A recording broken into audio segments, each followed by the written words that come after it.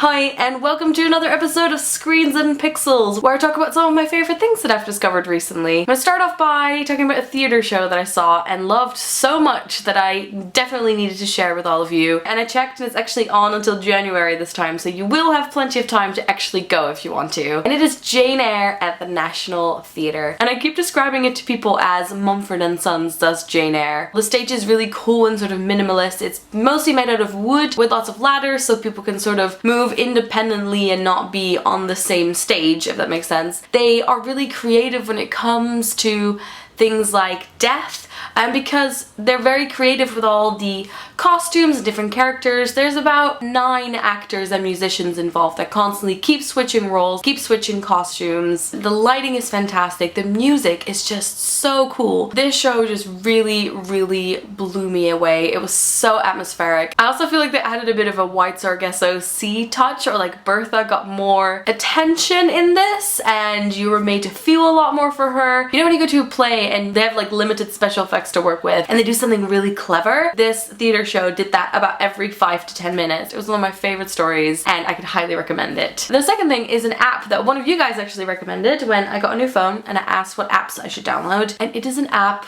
called Plant Nanny. And this is for those of you who have issues staying hydrated during the day. I am so bad at drinking water. I forget all the time. I'll drink like 1 or 2 glasses a day. And this app means you have to take care of a little plant. Every time you drink a glass of water, you can water the plant. You will be able to tell if it's not happy. It starts as a tiny little plant and then it grows as you give it water. It's free and the only thing I paid for is to get the ads removed. I've been using it for probably 3 or 4 weeks now and I absolutely love it. Then next I have a Belgian band. I actually got to see them live in Shoreditch about 2 weeks ago. They are called Balthazar. Their latest album, which came out this year, is called Thin Walls. Really nice rhythm and the occasional violin. I'm really bad at describing music and I'm by no means an expert, so I'm just gonna leave a link to the latest album on Spotify in the description so you can check it out for yourself. Then I've been watching a show on Netflix, which I'm really enjoying. You guys might remember that in the past I've talked about Top of the Lake. Now this is actually something fairly similar and it is called The Killing. I know there's several versions of it, but this is sort of the most recent one. It's set in Canada. It's about a detective called Sarah Linden and she is supposed to move from the town she's in with her son to go get married. On the last day of work, she gets called to the crime scene of the murder of a young girl and she doesn't want to let go and she gets very obsessed with it and starts following the case and starts delaying her trip. Beautifully filmed. It sort of involves some politician intrigue. It feels very small town. I was entirely convinced that there was 1 season, and so when I finished the last episode I thought, oh, I'll have to wait for a while. Nope, there's actually 4 seasons turns out, so I've got plenty of watching to do. And then finally I have a podcast, which I never thought I would say. I used to listen to Mugglecast all the time, years and years back, and then recently I sort of started listening to Dear Hank and John, but I have now found a podcast that I am completely obsessed with and I've just finished listening to all the episodes, starting at 1, ending at I think we're on 48. The podcast is called Hello Internet. Went to their website to see what their own description of the podcast is, and it just says conversations between CGP Grey and Brady Heron.